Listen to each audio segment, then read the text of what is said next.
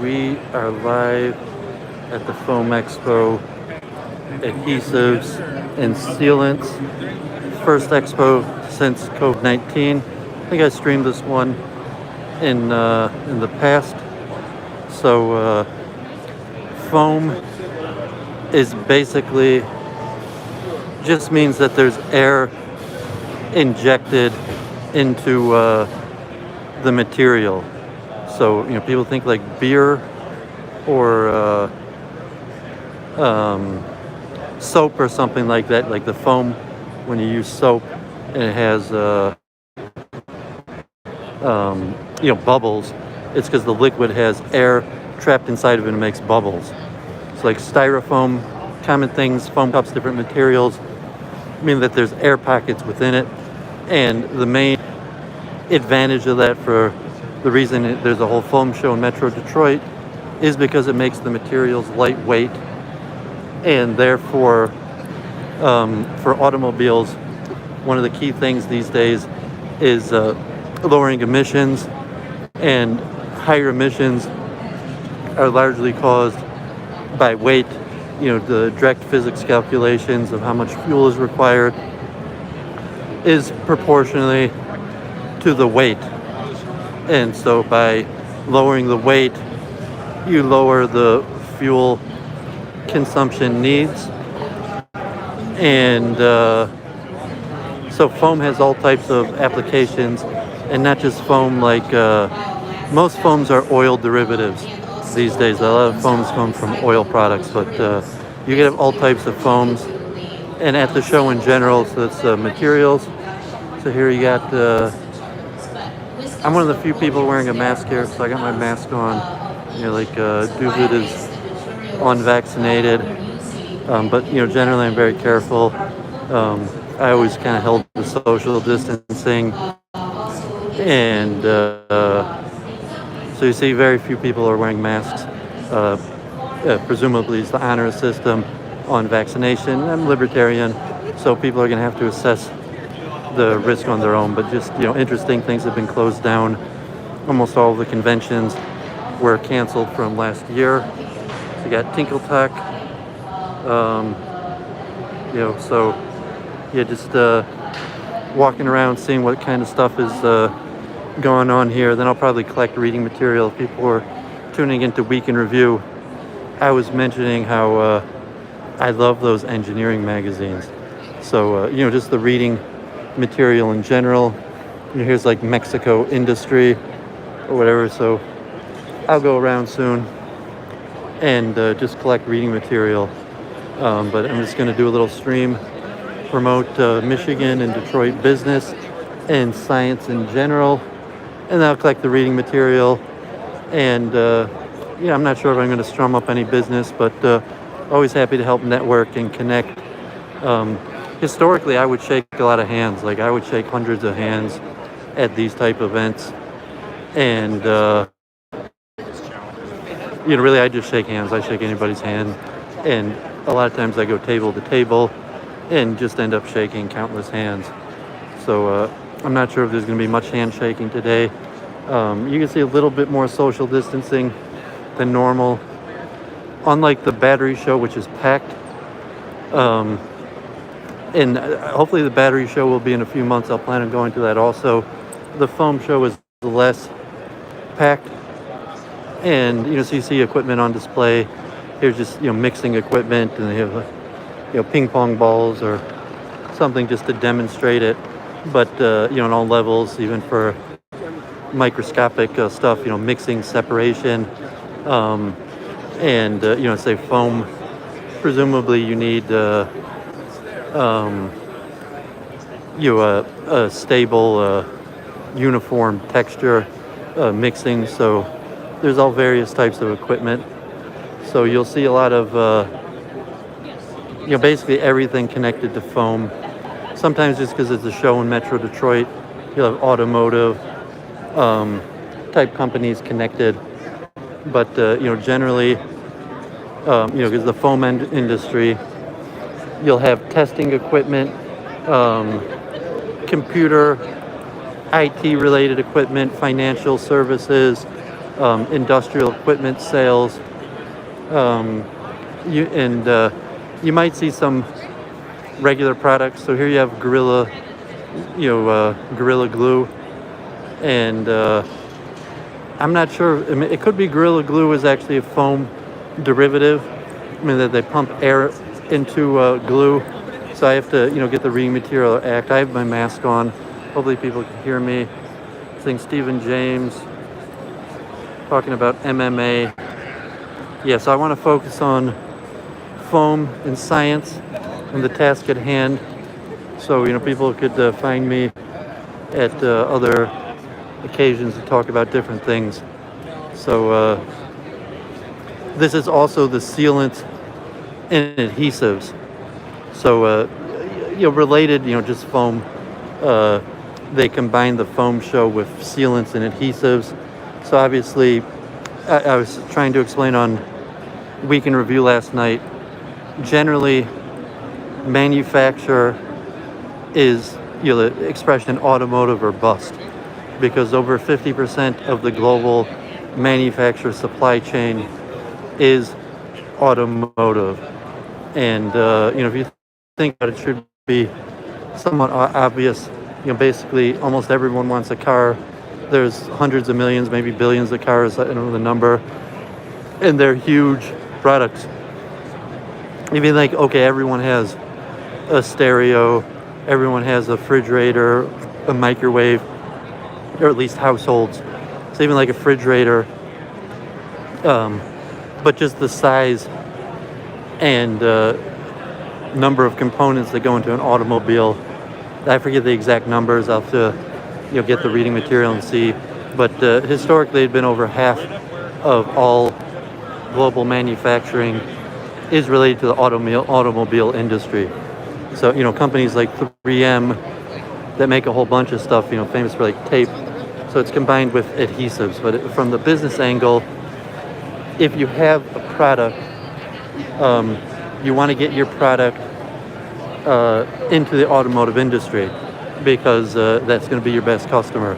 So I mean, because we're in the capitalist system of the West, generally globally now it's almost all capitalist. That you're looking at sales and supply and demand. So I mean, you could consider scientifically like use. What's the use needed for the product, and assuming that the more useful your product is, the more it's going to be needed.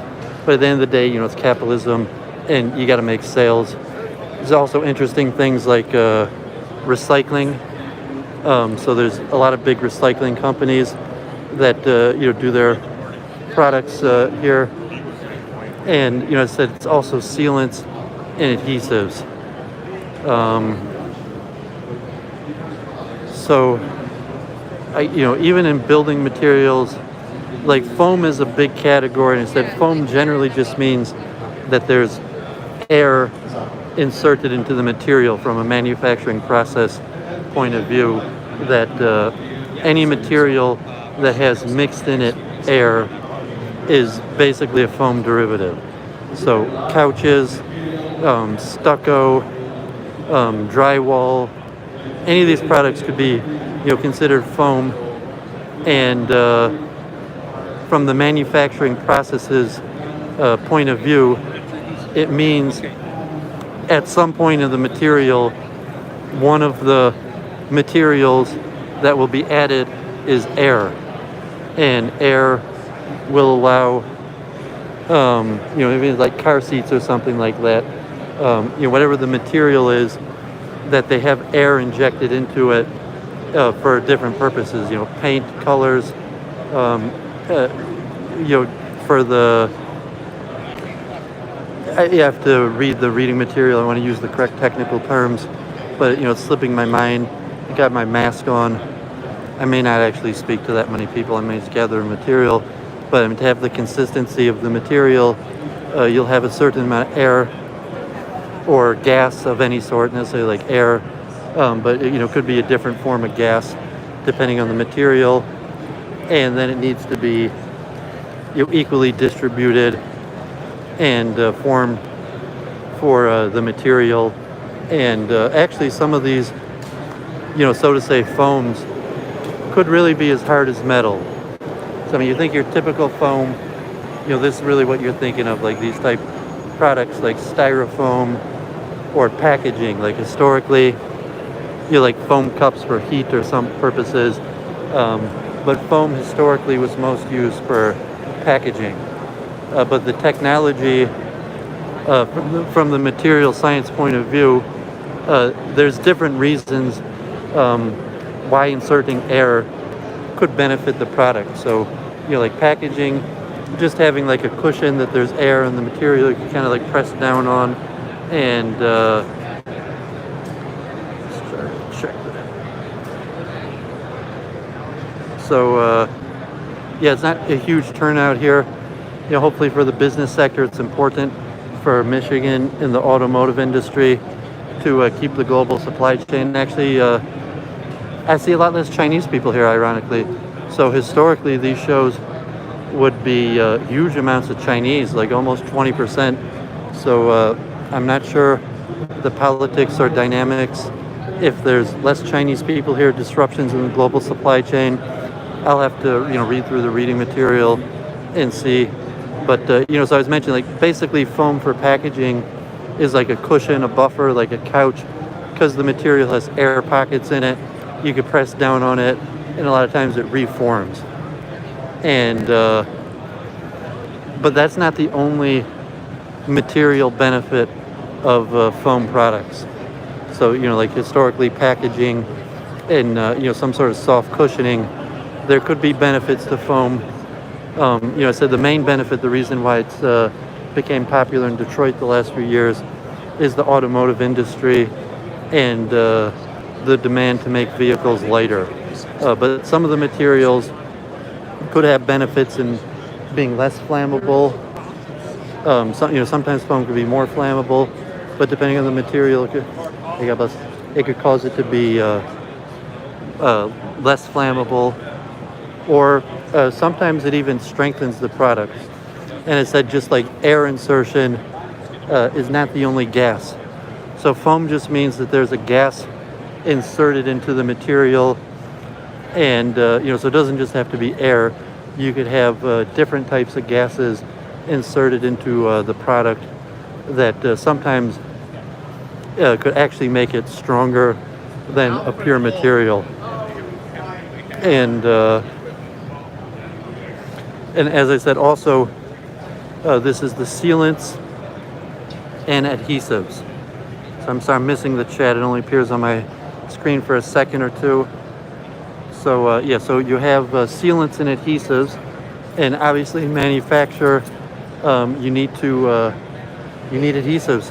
Products are stuck together, and usually you have some sort of liquid component that dries like a glue that's adhesive, and you need sealant. So like automobile is largely sealed to the outside, and then the engine, all of these various components need to be sealed so that the different standards of what it means to be sealed, that if you want absolutely no liquid or air to get through versus an allowance.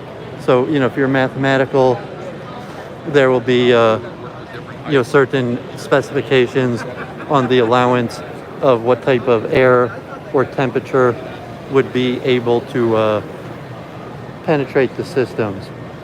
So there's your more classical picture of foam. As I said, you have industrial equipment for large uses of foam that could include just rolling, packing. A lot of times you have robotics companies will show up to these type shows, that if you had designed an industrial line where you're actually making a product and you want the product unrolled, cut, maybe even put into place by a computer. And then here you have precision cutting, and it's similar to CNC type machines where you have special computer programs, depending on the price level, how much you pay for them, the precision level of how precise the cutting could be. So for industrial equipment that has in the engine that might have very high-tech equipment that needs very strong specifications for heat resistance, no air getting through. If you're talking about a combustion engine, and sealants that are going to be used related to something that could be dangerous, that could explode, that could have gas leaks, then you need extremely tight specifications that could be like the millionth of a centimeter or something like that, even for engine specifications. So here's just like simple rolling and pressing machines. These companies probably design for specification, so they might have generic machinery that they sell and somewhat mass produce, and then they'll have other machinery that has specifications that could be met and designed to the exact specifications of the person's need. Here's a global supplier in foam, JSB. So look at them, you see all types of related products, and some of these are very hard. Some of these are basically plastics, but they have air injected into them, and so technically are foam, and they might even have the materials like the jars and the colors. You might go around, check some of that out. Even they have like fake turf, various equipment. So pretty cool. Here you got these huge machineries. They put on display here. I guess if you buy foam in bulk, like these big pieces here, that you might get large piece in here. It just says CNC foam machine, so it's similar to a metal cutting CNC, but obviously it's much easier to cut foam than metal, but the concept is basically the same. I guess I'm back through the start, so I get 7 people tuned in. Appreciate you tuning in. You got to support Detroit, and I'm not exactly sure what this machine is doing. You can look all different types. Jennifer said she'd be taking the handouts, so I like the reading material, but a lot of other people they give out freebies like foam samples and stuff like that, and you get fiber. So in the automobile, like for example, right above the engine, you have your hood, and the hood might be steel or aluminum, and then you have a material under the hood that is designed to dissipate heat, and that could be a foam derivative and padding. So if you thought about the automobile, there's really thousands of different widgets and components that go into the automobile, and as I said, sealants and adhesives, some of them are screwed, metally attached to each other. Others of them are sealed, that after they're attached there has to be a sealed, so no air or temperature, and some of them are attached using a material like a glue or a various form. So of the thousands of components that go into an automobile, you might have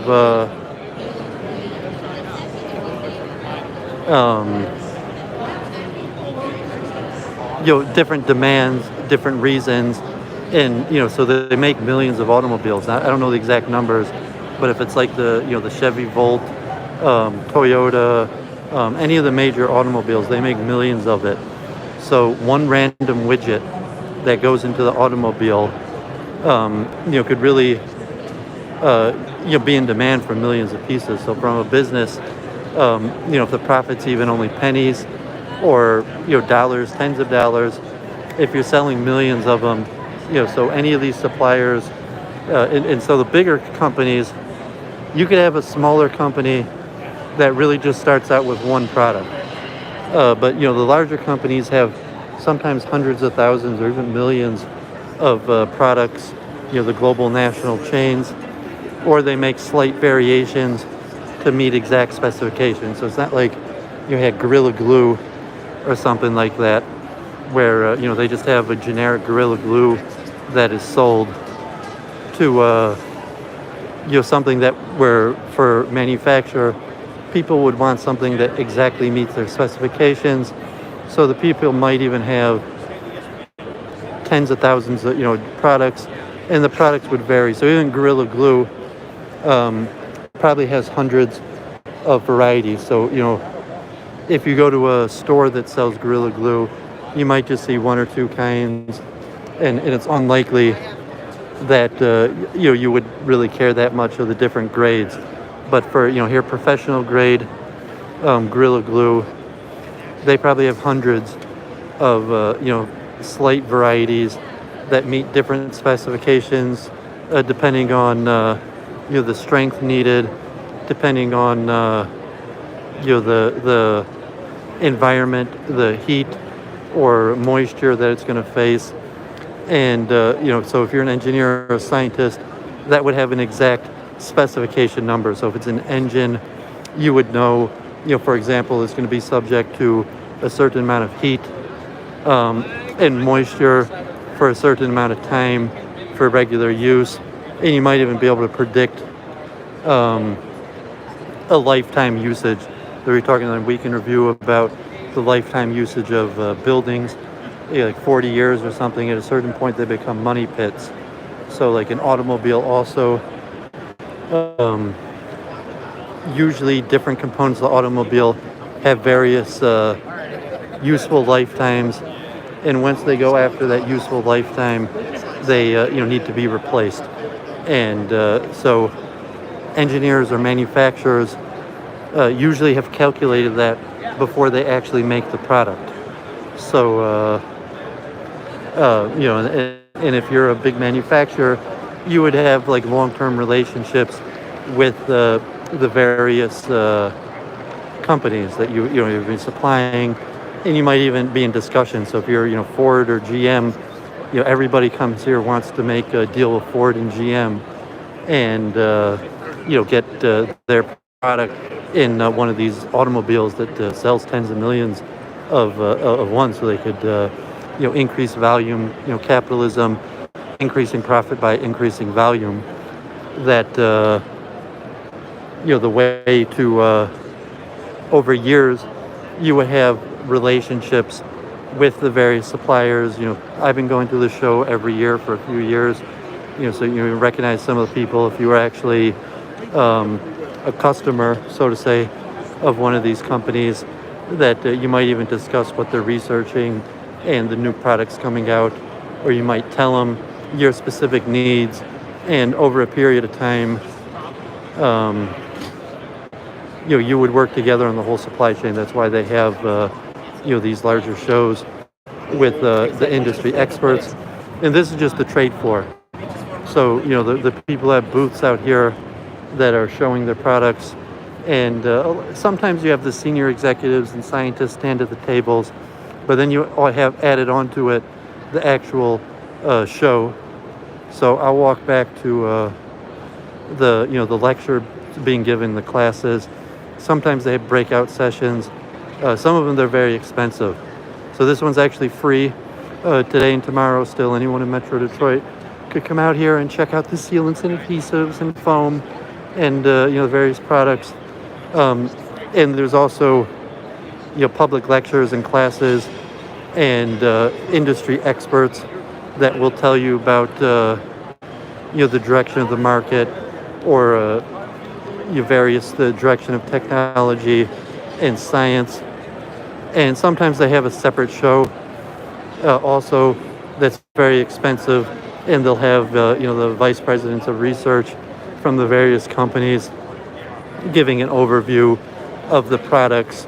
And so that the companies from around the world will pay for their people to come to these expos and get trained.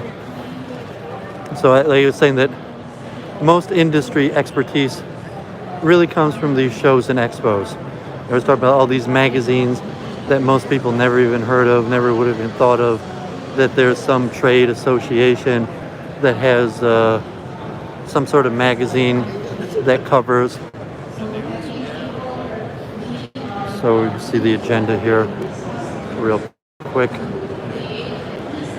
So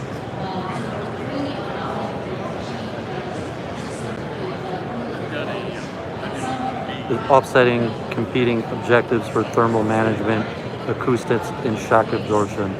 To mention, shock, sound, vibration also affect adhesives that, besides for, heat or air, liquid, also vibration would be a big effect, especially in automobiles or that are constantly moving. So you see today that there's shows all day, and tomorrow also for, you get saddles, grips, and tapes, specializing bicycle components. But you have some of the, usually senior VPs from the various companies that are, experts, been working in this stuff for years, and they have a panel of people together talking about a similar topic, and then questions and a back and forth. And so if you're making a product and you're trying to design your supply chain, and the various type components that you're going to need, you come to a show like this, and you could meet tens of people, build relationships, and even at the end of the day, it's capitalism. So people are here to make sales. God forbid, just a guy next to his machine praying to make a sale. It's just the nature of the material realm. So at the end of the day, you just have a guy, at his table trying to sell his product, because of the nature of the system, that it's a global supply chain, and atoms and the wealth of nations. Everybody does their unique field for the economy, largely for their own purposes, and largely just hoping to make a sale. So, the people might have industry numbers and have a certain demand and market analytics that they know generally how much is being used or the direction of the market. But at the end of the day, they're going to make a certain amount of a product, and their goal is to sell it. And, so it is capitalism here, and, it's not necessarily altruistic science. Most of the people here are here to sell their product. The hidden hand of the market, at play. So just mentioning, it's not like altruistic science where people are just here trying to advance and make better products, that it's in a capitalistic framework where, most people are here, they got to feed their families, they got to make money, they got to get a check. So I guess that's the end of the stream. God bless Detroit. We're back. I'm scared. I think you're going to see more COVID-19, unfortunately. And I think you're going to see maybe the Delta variant. And even right now, I would not be surprised if tens of people who come to the show, get COVID-19, God forbid. But, we can't hunker down. People, I'm wearing my mask, but I can see a lot of people, they don't want to wear masks. It's harder to talk. It's harder to read facial expressions. I'm a technology guy. I'm pretty comfortable with streaming. Even a lot of this stuff could have been streamed, but your average person just wants to get back to normal. So you're probably going to see, unfortunately, most of the experts say you're going to have COVID-19 breakouts probably for the next 3 years. And hopefully they're not going to be as bad as the first one. But, God forbid, it's even possible there could be a variant that the vaccine doesn't cover, that's more transmissive, and could be worse than the previous outbreak. The seasonal coronavirus. It's now warm here in the summer in Michigan. Despite the heavy rainstorms and wind, that when the fall comes, it's likely to see a tick up. Yes, people got to assess. I'm a libertarian. People assess their risk on their own, but as you can see, less than 10% of people here are wearing masks. It's not that crowded, because say like foam is not, adhesives and bonding is not that interesting to the average person. So the really just the science people or the people in the industry that know why this stuff is important would be here. And even like the battery show is more intuitive, and people to understand why batteries are likely to be a hot item for the economy and good to know. Even if on a factual level, it could be foam is even more important than batteries. But like in 2 months, when they have the battery show, that one will likely be packed, and there'll be hundreds of people, as opposed to like the foam show. Really just the people in the industry that their company would know why this is important, that they would be sent here. So I'm going to sign off. Thanks for tuning in, Jewel Citizen. Been a while to see you. All the other people in the chat, I'll have to check later. I wasn't really able to read the chat. But have a great day. God bless. And, go